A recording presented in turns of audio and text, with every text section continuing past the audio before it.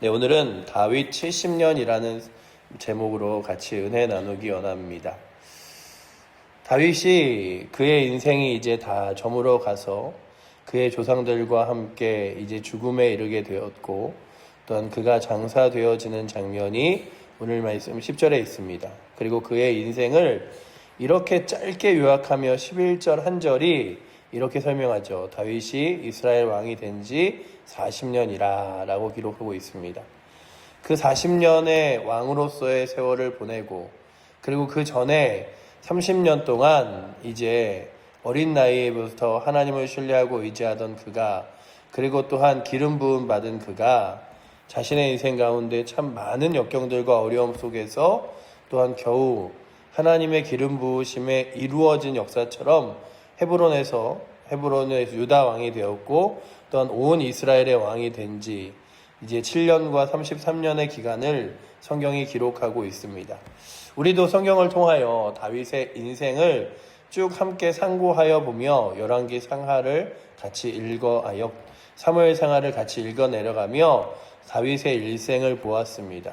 그리고 그 일생이 그리 요즘 들어 생각하면 길지 않았던 인생임을 보면서 이 땅 가운데 길건 짧게 살아가던 간에 가장 귀하고 복된 것 중에 하나는 가장 큰 확신과 능력으로 살아가는 것인데, 살아계신 하나님을 믿음으로 그 살아계신 하나님이 자신의 구주 되시고 주 예수 그리스도를 통하여 저 하나님 나라 거룩한 영광에 있음을, 그리고 하나님의 자녀됨을 깨닫고 살아가는 것이 가장 복되고 은혜로운 것은 아닌가 생각합니다. 다윗의 인생에 그는 막내로 태어나서 빛을 보지도 못하고 그저 형들을 뒤치다거리나 하는, 그리고 또한 집에서 양을 치는, 심지어는 사무엘이 그 집안에 가서 자녀들을 이제 하나님이 택하신 자를 기름 부음 받으러 왔을 때 그 이세라는 사람이 자신의 아들을 보여주는데 첫째 아들부터 이렇게 한 명씩 보여주면서 막내 다윗은 아예 부르지도 않았던, 그의 사람의 눈에는 고려되지도 않았던 다윗이 하나님의 눈에는 그의 어릴 때부터 그가 하나님을 사랑하는 마음과 믿음에 대하여 보셨죠. 그리고 그가 양을 칠 때도 또한 그 양들을 지키기 위하여 또한 하나님을 의지하고 기도하였고, 또한 용맹하게 싸웠음을 바라보며 성경이 기록하는 건 그의 모든 인생 가운데 하나님이 함께 하셨고 하나님이 그의 모든 삶을 이끄셨고 인도하였었음을 바라보게 됩니다. 그리고 오늘도 우리가 다윗의 인생들을 하나하나 되짚어 볼 때마다 생각하는 건 그의 인생에 가장 찬란했던 순간도, 그의 인생에 가장 빛나는 것 같이 영광스러운 순간도 항상 다윗은 하나님이 거룩한 영광 가운데 섰다는 것을 고백하였고, 그의 인생 가운데 가장 드러내놓고 싶지 않은 정말 괴롭고 힘겨운 순간에도 그는 결국 하나님을 붙들고 그 어렵고 힘겨운 순간들, 그리고 또한 자신의 문제와 어려움들 가운데서 힘겹게 그 일들을 하나님과 더불어 이겨냈음을 바라봅니다.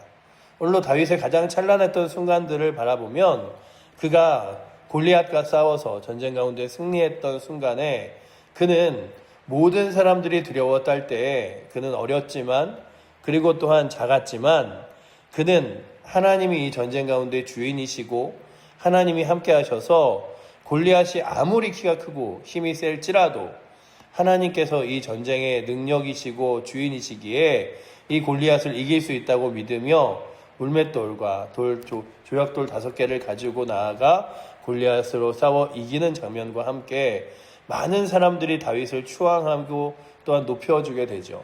그런데 그 높임도 잠시 사울이 다윗을 시기하여 그 다윗을 죽이려고 합니다. 그리고 그렇게 다니던 다윗이 심지어는 이 이스라엘 땅에는 내가 살아갈 수 있는 곳이 아무것도 없구나라고 생각해서 정말로 블레셋으로 피신을 가기도 하고 또한 다른 나라로 피신을 가면서 그가 망명에 이르기까지 되어졌던 장면들을 바라보기도 하고, 또한 그렇게 그가 도망 다니며 함께 상처받고 외면당하는 사람들이 모여서 700명의 사람들이 함께 공동체 생활을 하고 또한 그 힘겨운 시간들을 같이 이겨냈던 모습들도 보게 됩니다.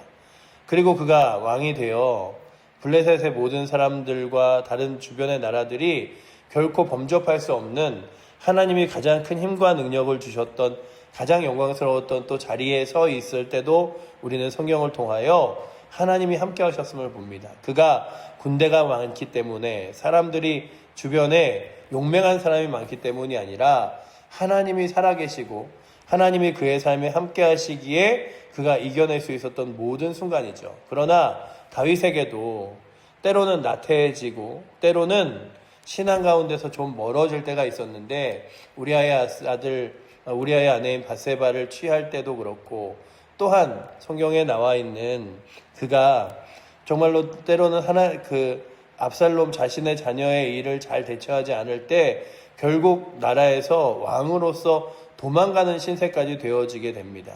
그런데 그때마다 다윗이 다시금 하나님 앞에 무릎을 꿇고 주 앞에 기도하고 의지하여 회복되는 장면들을 바라보면서 우리 인생에도 이렇게 높낮이가 있잖아요. 높이 올라갈 때가 있고 내려갈 때가 있고 때로는 힘겨울 때가 있고 그리고 또한 아주 힘있게 모든 일들을 진취적으로 해낼 때도 있는데 그 모든 때에 내 힘으로 이겨낼 수 있는 것이 아니라 하나님이 함께 하셨음을, 하나님이 능력이 되심을, 그리고 또한 하나님이 힘과 영광 되심을 바라보며 나아갈 수 있는 은혜가 오늘도 이 새벽에 나오신 여러분들과 저에게 있기를 축원합니다.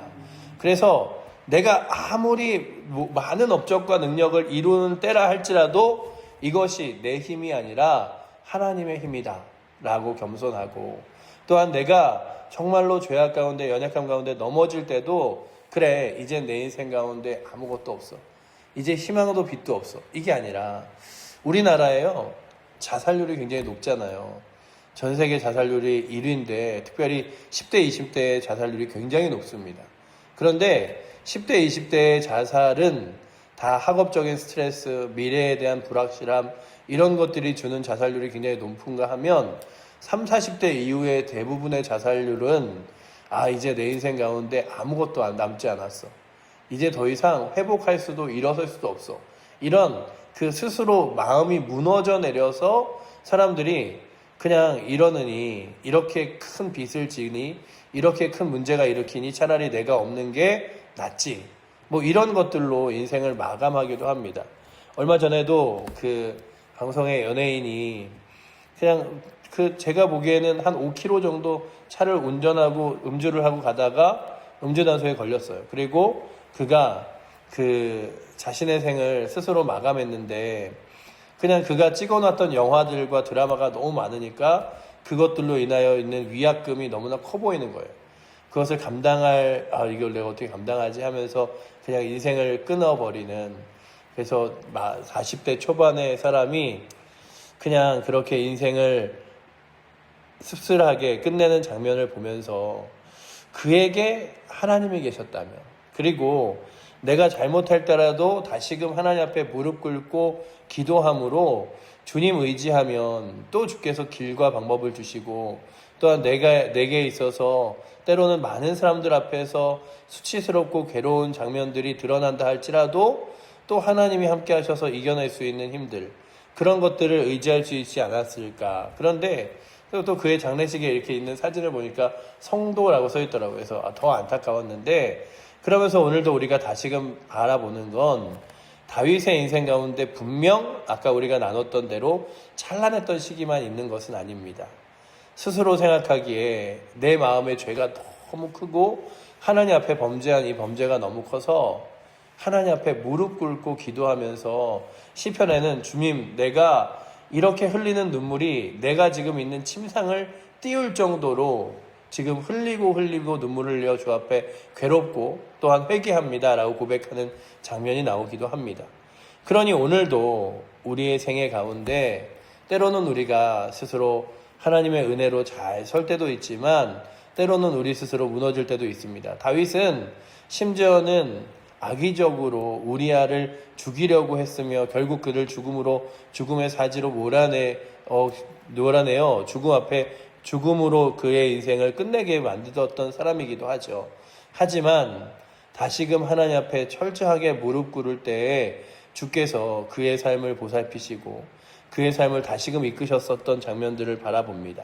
그러니 오늘도 우리가 그 다윗의 70년을 바라보며 그의 70년이 하나님과 함께 하셨음이 결코 아깝거나 결코 아쉽거나 후회되는 순간이 아니라 그가 한순간이라도 하나님과 멀어졌던 시간, 하나님과 함께 하지 못했던 시간, 하나님을 의지하지 못했던 시간이 그의 인생 가운데 가장 안타까운 시간이라면 주님 오늘도 주와 동행하는 것, 주님을 의지하는 것, 그리고 주의 뜻대로 말씀대로 살아가는 것이 가장 복된 것이라면 주여 나로 하여금 그 가장 복되고 가장 은혜롭고 가장 능력 있는 길을 따라 걸어가게 하여 주시옵소서.